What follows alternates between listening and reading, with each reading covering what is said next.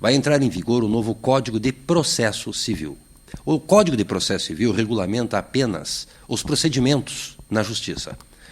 O valor dos alimentos, por exemplo, é regulado pelo artigo 1694 do Código Civil, que está em vigor desde 2002 e não teve alteração nenhuma.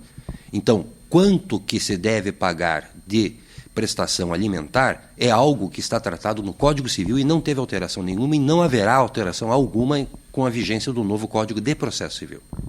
Mas aproveitando nossa presença aqui, vamos tirar algumas dúvidas em relação aos 33%.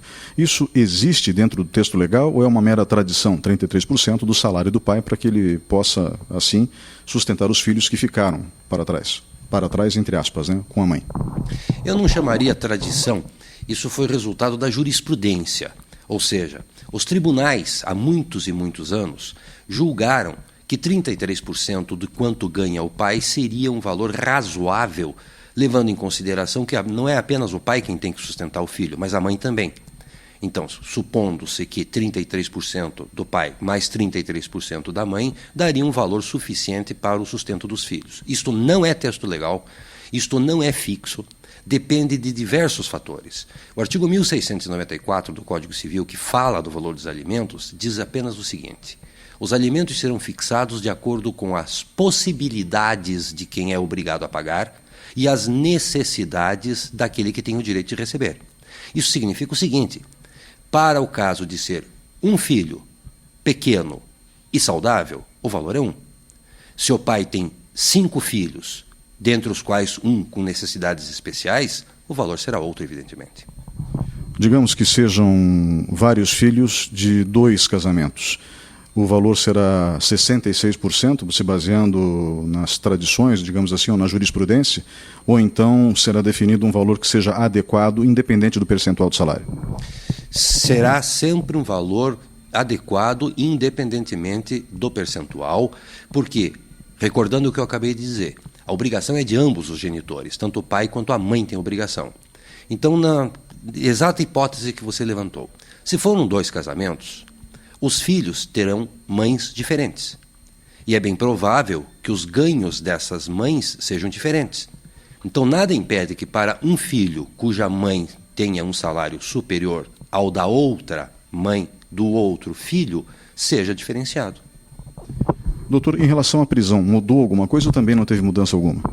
Não, não teve mudança alguma. O devedor de prestação alimentar, ele será preso. A única coisa que houve de alteração, que eu não considero como alteração, é que o novo código explicita claramente que a prisão é em regime fechado. Ou seja, aquele que não pagar a prestação alimentar, ele será encarcerado. Isso já existia, sempre foi praticado, só que agora está mais claro, apenas isso. Muitas pessoas acham que o marido, ou ex-marido, o pai das crianças, só vai preso caso não pague 3 pensões alimentícias. Mas isso já pode acontecer após o atraso de 30 dias, não é mesmo? Sim, exatamente. Isso é uma interpretação equivocada da súmula 309 do STJ. A súmula 309 diz o seguinte: somente as 3 parcelas últimas é que podem ensejar a prisão, e não as anteriores. Ou seja, ninguém pode ser preso por dever mais do que 3 prestações, mas pode muito bem ser preso se ele for devedor de menos de 3 prestações. Ou seja, não pagou um mês, ele já poderá ser encarcerado. E em relação agora à retenção na conta corrente de determinados valores, isso pode ocorrer de uma hora para outra? Os pais devem estar cientes disso, que se separaram e deixaram os filhos com as mães? Sem dúvida nenhuma. Toda pessoa que tem filho sabe que tem que sustentar o filho.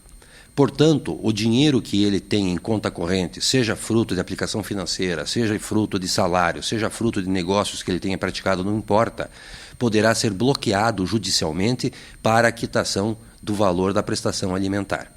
E recordando que suponha que seja salário. O cidadão tem um determinado emprego, ele recebe o salário na conta do banco e, de repente, não pagou a prestação alimentar, não pagou os alimentos, e daí esse dinheiro é bloqueado.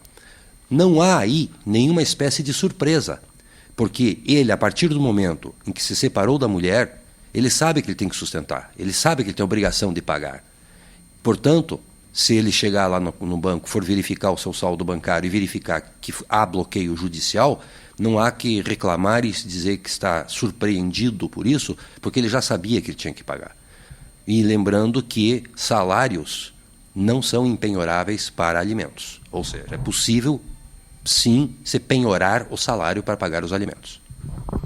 No que se refere agora à prisão, caso o pai esteja doente e não possa ter o seu sustento adequadamente fornecido para ele, muito menos para terceiros ou para os filhos, como fica a situação? Tanto o Código Novo quanto o Código Velho trazem exatamente a mesma estipulação. O devedor, ele é citado para pagar, provar que pagou ou justificar a impossibilidade de efetuar o pagamento.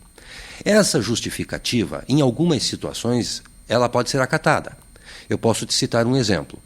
Imagine um profissional liberal, como, por exemplo, um dentista, um vendedor autônomo, que de repente sofre um acidente automobilístico e fica com os braços engessados, quebrados, imobilizado. E ele não está se negando a pagar os alimentos, simplesmente ele não pode trabalhar para ganhar dinheiro e pagar os alimentos. Essa é uma espécie de justificativa que seria acatável e não se decretaria a prisão nessa hipótese, porque ele não está se negando a pagar, ele está impossibilitado realmente de trabalhar. O desemprego não é um motivo plausível, portanto? Não. O simples desemprego não é justificativa aceitável, por várias razões. Primeiro, porque se ele foi demitido do emprego, ele tem o seguro-desemprego. Ele pode muito bem continuar pagando por conta própria ao receber o seguro-desemprego. Segundo, ainda que ele não tenha o seguro-desemprego, ou que o estado de não estar empregado ultrapasse as prestações do seguro-desemprego, quem tem filho tem que sustentar. Ou seja, ele vai ter que arranjar um meio de ganhar dinheiro para pagar o valor dos alimentos, ainda que seja através do que popularmente chama-se de bicos. Enfim, alguma forma ele vai ter que arranjar.